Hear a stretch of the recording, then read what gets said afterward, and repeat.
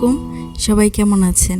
আশা করছি যে যেখান থেকে আমার ভিডিওটি দেখছেন আল্লাহর অশেষ রহমতে সবাই ভালো আছেন।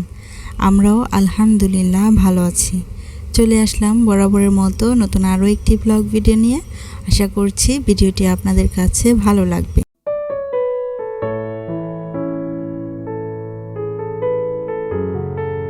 বর্তমান সময়ে খাবার ও খাবারের পুষ্টিগুণ নিয়ে প্রতিদিনই মানুষের সচেতনতা বাড়ছে, তাই না? এ কারণে নিয়মিত ডায়েট লিস্টে অনেকেই এখন প্রাধান্য দিচ্ছেন চিয়া সিডকে।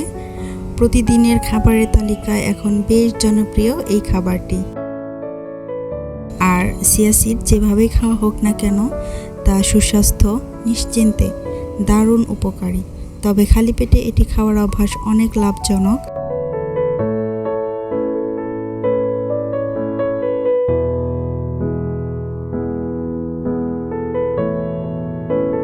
আমি প্রতিদিনই চেষ্টা করি এভাবে খালি পেটে প্রতিদিন সকালে চিয়া সিড খাওয়ার জন্য। আর এজন্যই হয়তো আল্লাহর অসীম রহমতে আমার ওজন সবসময় নিয়ন্ত্রণে থাকে।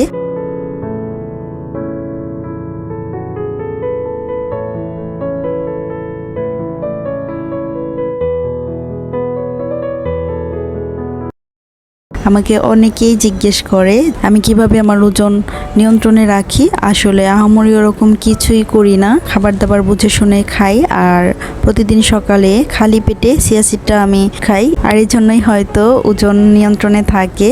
এটা আসলে আল্লাহর দেওয়া বড় একটা নিয়ামত। কারণ অনেকেই বর্তমান সময়ে ওজন কমানোর জন্য মানুষ অনেক সময় ডিপ্রেশনেও চলে যায়। তাদের জন্য বলতে চাই, আসলে প্রতিটা জিনিস না ছোট থেকে শুরু করতে হয়। দেখা যাবে একদিন দুই দিনে তো আর সম্ভব না। ধৈর্য ধরে নিয়ম মেনে যদি আস্তে আস্তে এভাবে প্রতিদিন একটা অভ্যাসে পরিণত করা যায় ডায়েটের যে ব্যাপারটা, দেখা যাবে চিয়া সিড এভাবে খালি পেটে খেতে থাকলে একটানা খাওয়ার পর মোটামুটি একটা রেজাল্ট পাওয়া যায়। আসলে নিরাশ হওয়ার কিছুই নেই। আর চিয়া সিড এমনিতেও প্রচুর উপকারী একটা খাবার।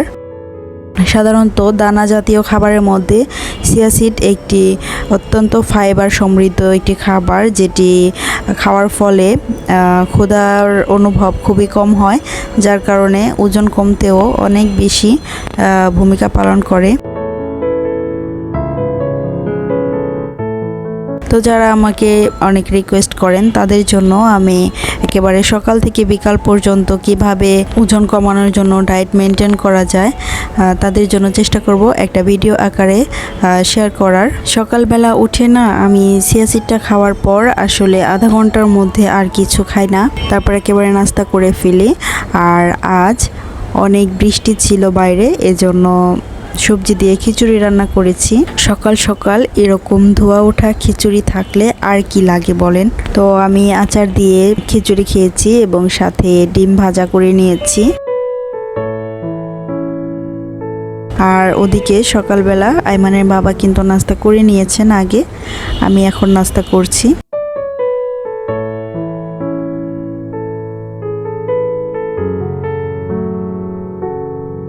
বাইরে প্রচুর বৃষ্টি ছিল, যার কারণে খিচুড়ি বিশেষ সময় উপযোগী একটা খাবার হয়ে পড়েছিল, যার কারণে রান্না করে ফেলেছি আর খেয়েও নিয়েছি।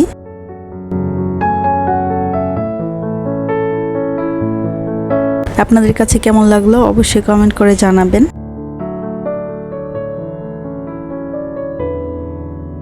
আর বৃষ্টির সময় কে কে খিচুড়ি খেতে পছন্দ করেন চাইলে আমাকে কমেন্ট করে জানাতে পারেন।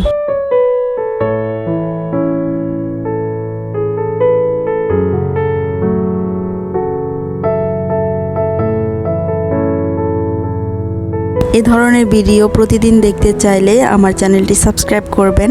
আর কাজটি যদি অলরেডি করে থেকে থাকেন আপনাকে অসংখ্য ধন্যবাদ।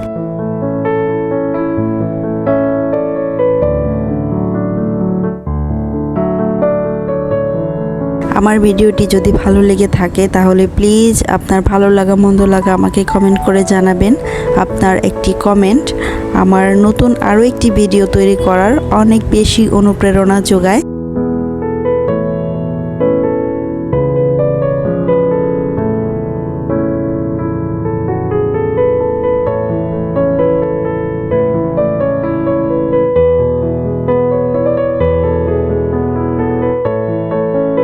খাওয়া দাওয়ার পর বিছানাটা ঝেড়ে নিচ্ছি।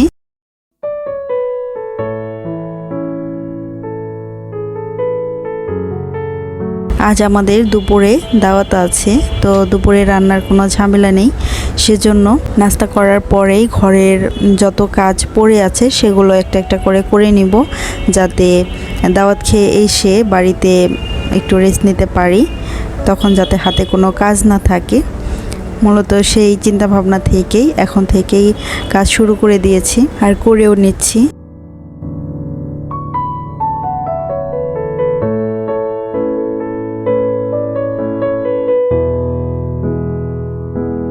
ঘরের কাজ ধরতে গেলেই প্রথমে আমার বিছানার দিকে নজর যায়, আর যখনই বিছানা ঝেড়ে পরিষ্কার করে নেই তখন একেবারে শান্তি লাগে আর মনে হয় অনেকটা কাজই মোটামুটি কমপ্লিট হয়ে গিয়েছে।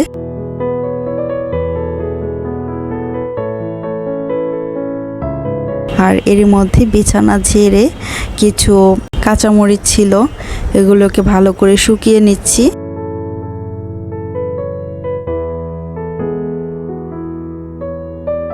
এখানে কিছু কাঁচামরিচ বোটা ছাড়িয়ে নিয়েছি এবং ভালো করে ধুয়ে একটা টিস্যু পেপারের উপর রেখে ফ্যানের বাতাসের নিচে রেখেছিলাম, যাতে গায়ে কোনো পানি লেগে না থাকে। দেখতে পাচ্ছেন একেবারে শুকিয়ে গেছে। এবার একটা কন্টেনার বক্সে ভরে ফ্রিজে রেখে দিব। নর্মাল টেম্পারেচারে রেখে দিলে অনেক দিন ঘরে সংরক্ষণ করা যায়।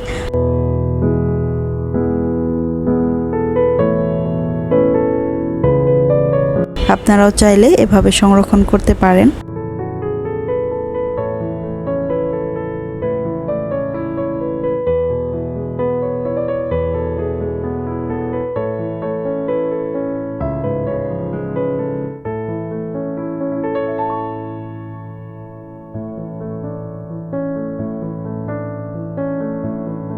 এই তো দেখতে পাচ্ছেন ফ্রিজে নর্মাল টেম্পারেচারে রেখে দিলাম। সেখানে আমি ধনিয়া পাতাও একই নিয়মে ভালো করে কেটে বেছে তারপর একটা বক্সে করে রেখে দিয়েছি।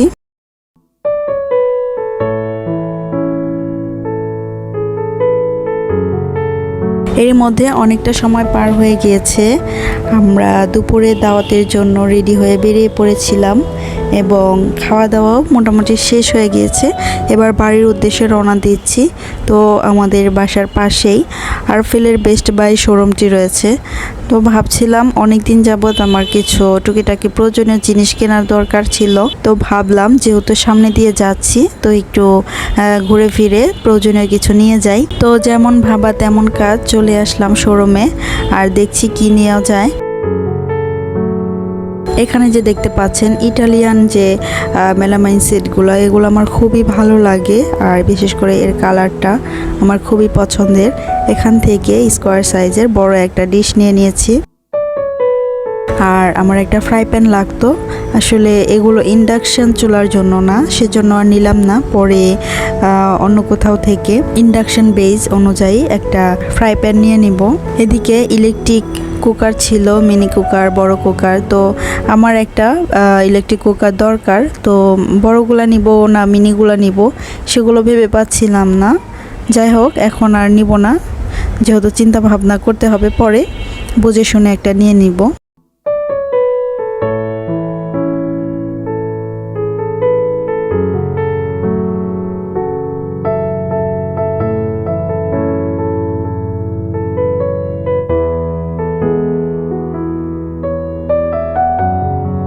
এরপর বাসায় চলে এসেছি, তারপর হাত মুখ ধুয়ে ফ্রেশ হয়ে বিকালের নাস্তা পানি করে আপনাদের সাথে শেয়ার করছি কি কি কেনাকাটা করলাম। ফ্রিজে বরফ রাখার জন্য একটা আইস ডিশ নিয়েছি আর একটা বেলচা নিয়েছি।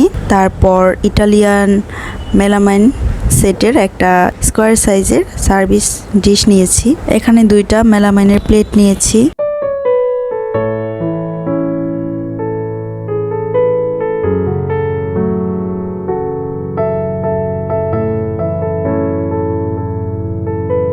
আর এখানে বড় সাইজের একটা ট্রে ট্রে নিয়েছি, যেগুলো বেশি মেহমান আসলে খাবার সার্ভ করার ক্ষেত্রে কাজে লাগে, তো সেজন্যই নিয়ে নিয়েছি। আমার কেনাকাটা আপনাদের কাছে যদি ভালো লেগে থাকে অবশ্যই আমাকে কমেন্ট করে জানাতে পারেন। ভিডিও দেখে যদি আপনার ভালো লাগে তাহলে প্লিজ ভিডিওতে একটি লাইক দিয়ে দিবেন। আপনার একটি লাইক আমার ভিডিওটি আরো অনেকের কাছে পৌঁছে দিতে সাহায্য করবে।